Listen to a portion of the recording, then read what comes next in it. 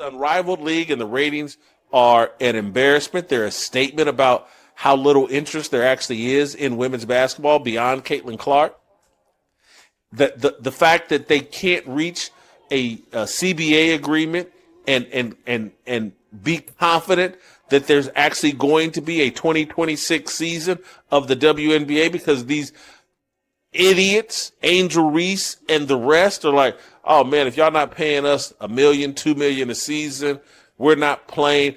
Look at these viewership numbers and tell me this isn't a complete disaster. We're not talking about a slight dip here. This is a total freefall that reveals what the WNBA brass refuses to face. Take Caitlin Clark out of the equation, and suddenly nobody cares. What makes this whole mess even more ridiculous is watching the same players who benefited from her star power now ready to torpedo the entire 2026 season because they think they deserve NBA-level money while playing to half-empty stadiums. And nope, not good enough. We're not budging. We're not negotiating. The entire season is up for grabs. But, and here's how they got there. This group of women, delusional, allowed Nafisa Collier, whose husband and her and Breanna Stewart have started a rival league to the WNBA. They've allowed them to be the leaders of their negotiation for a new CBA agreement, collective bargaining agreement in the WNBA. So let's talk about how completely bonkers this whole thing has gotten. The league puts 7-figure deals on the table, 7 figures, for a 40-game schedule in a league that bleeds money every single year. And what's the response? Not interested. We're not even going to discuss it. The whole season might not happen because Angel Reese and her circle believe they're worth superstar cash regardless of whether the actual business model makes any sense. But there's this one detail that everyone keeps overlooking. The person running these negotiations isn't just any random union rep. This group of women, delusional, allowed Nafisa Collier, whose husband and her and Breanna Stewart have started a rival league to the WNBA. They've allowed them to be the leaders of their negotiation for a new CBA agreement, collective bargaining agreement in the WNBA. People that have started a competitor to the WNBA are leading the negotiations for a new WNBA contract. This is insanity and retardation that we have never seen. So let me get this straight. Nafisa Collier's husband is running the unrivaled league, which directly competes with the WNBA, and she's the one leading collective bargaining talks for WNBA players. Their business partner, Breanna Stewart, is right there beside her. They've literally created a competing league, and now they get to decide the WNBA's fate. Imagine if Adam Silver let LeBron James handle the NBA's CBA negotiations, while LeBron was simultaneously launching his own rival basketball league. This isn't just a conflict of interests. It's straight-up sabotage wrapped in player empowerment language. And somehow all the other players think this makes perfect sense. But let's replay Nafisa Collier when she was talking tough and everybody's applauding her. You go, girl. Kathy Engelbert, they're not paying you guys what you're worth, and we're not paying Caitlin Clark what she's worth. Play the league believes it succeeds despite its players, not because of them. I have the privilege of watching my husband run a league where he has to balance 100 different things at once. I won't pretend the job is easy, but even with all of that on his plate, he always takes the time to reach out to players when he sees an injury, whether it's unrivaled or even during the WNBA season. That is what leadership looks like. It's the human element. It's basic integrity, and it's the bare minimum any leader should embody. Pay attention to this moment right here. This is Nafisa Collier's big opportunity. Her chance to lay out exactly why the WNBA desperately needs different leadership. So what's her crushing indictment of Commissioner Kathy Engelbert? That Engelbert doesn't personally call players when they get hurt. That's the entire argument. That's the leadership crisis that apparently justifies destroying the league. Meanwhile, Collier's husband runs a league that pulled 30,000 viewers for its championship game, but he gets celebrated as a genius because he remembers to send congratulations texts. This isn't legitimate criticism. This is prioritizing emotions over economics and facts, and it's precisely why women's sports keep crumbling under their own unrealistic expectation. Women aren't built for this type of leadership. It's all feelings over facts. It's there's no logic here. Hey, just pay us what we want. I don't want to hear about paying us what's sustainable. Just pay us what we want. We feel like we're owed this amount of money.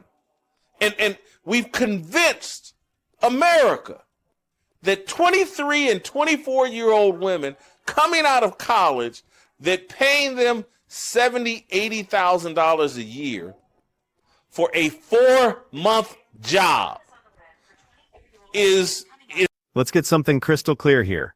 Earning $70,000 for 4 months of work as a rookie fresh out of college isn't oppression. It's not exploitation. It's not proof of systematic bias. For most Americans with college degrees, that would be an incredible starting position. And these players are getting it to play basketball in a league that operates deep in the red. The men's sports comparison is completely dishonest. NBA rookies earn millions because the NBA brings in billions in revenue. The WNBA loses money. It's completely subsidized by the NBA. Every single dollar these players collect is essentially charity, whether they want to acknowledge it or not. Oh, well, you should have been a basketball player. Or these women are great basketball players, and they deserve more than that. No, they don't. I went into a profession that at the time, sports journalism, the newspaper industry, that was turning a profit. And they paid me $5 an hour. And I didn't complain. I thanked them. But the Bloomington Herald-Times was turning a profit. The WNBA loses millions of dollars a year. And I got a 4-month job that pays me $75,000. I'm undervalued. I'm underappreciated. I've been mistreated. This is lunacy. Newspaper workers made $5 an hour, when newspapers were actually profitable. The WNBA hemorrhages millions every year while paying rookies $75,000 for 4 months, plus housing, plus travel, plus full benefits. One of these scenarios involved real exploitation.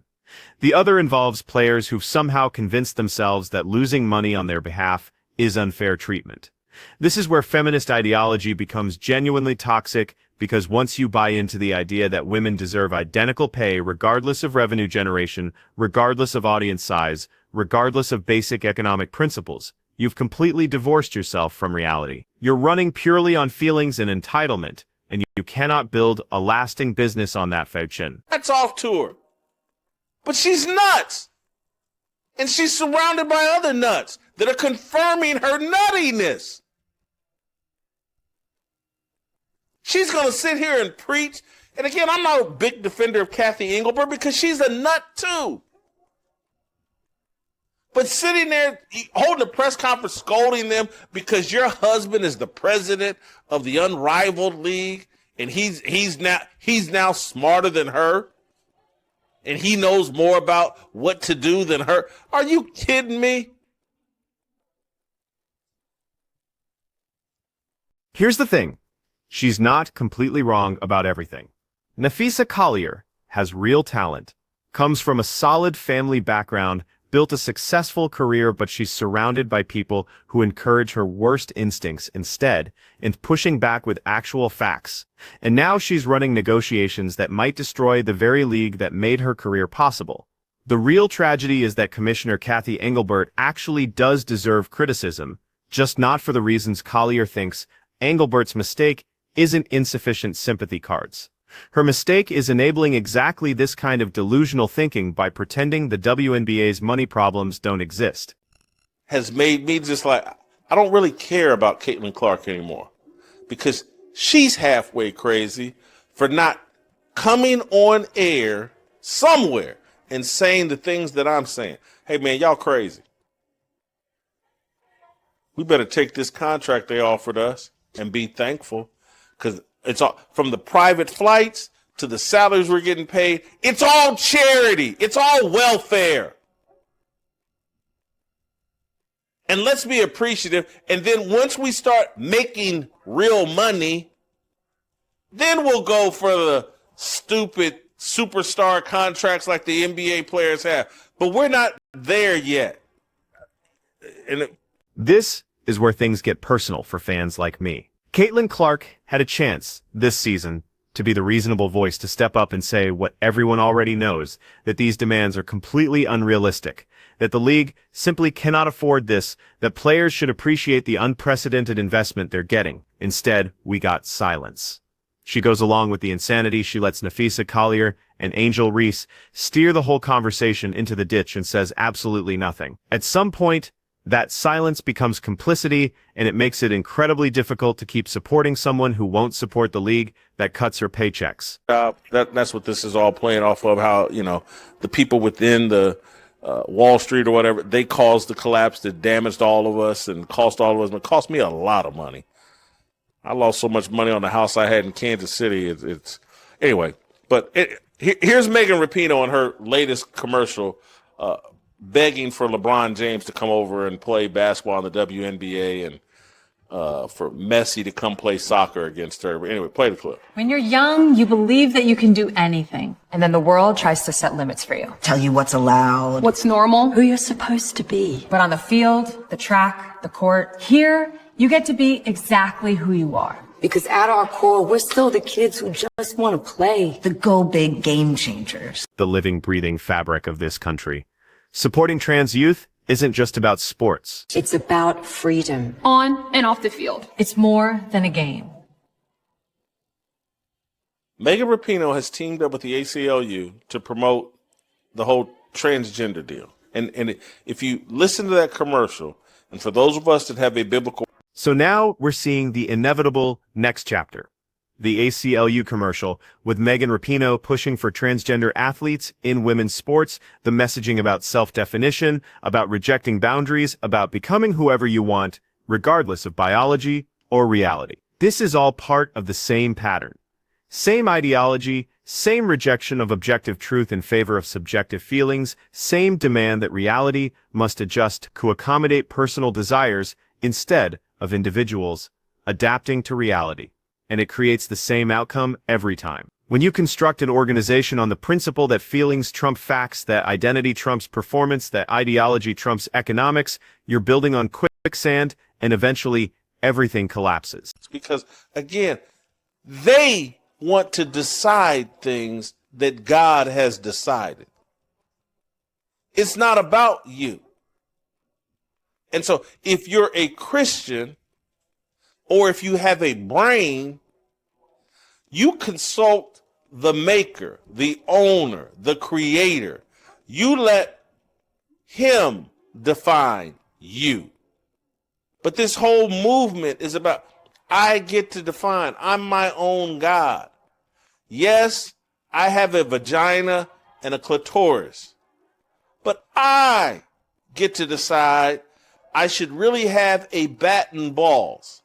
And I'm going to have someone sew one on me so that I can run around and pretend to be a man. Or I can run around and pretend to be a woman. And you wonder why things around them are collapsing? They think they're the makers. They think they're the creators. They think they're their own gods. And that's why everything that they build collapses. And that's why women's sports are going to collapse, because the delusion of women, the whole feelings over facts and logic, it has. What makes this especially tragic is that the WNBA had an incredible chance this season.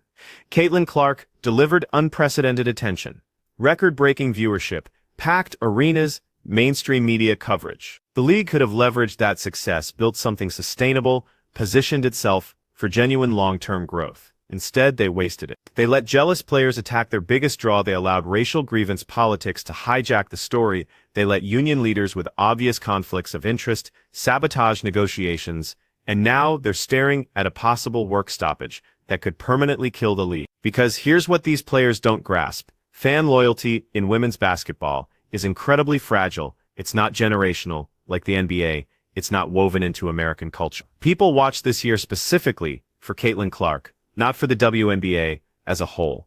And if there's no 2026 season, those casual viewers aren't coming back. They'll find something else, and the league will be stuck with the tiny core audience that existed before Clark showed up. The unrivaled league's ratings prove this perfectly. 30,000 viewers for a championship game featuring supposedly the WNBA's biggest stars. That's not a television audience. That's a statistical error. That's evidence that without the WNBA's structure, these players have virtually zero marketability. And yet Nafisa Collier, whose husband's league just proved how little interest exists in women's basketball, beyond Caitlin Clark, is the person negotiating the WNBA's future. She's demanding salaries that would need 10 times the current viewership to make sense. She's threatening to cancel an entire season if she doesn't get her way. And somehow the other players think this represents strong leadership. This is what happens when you prioritize empowerment rhetoric over economic understanding.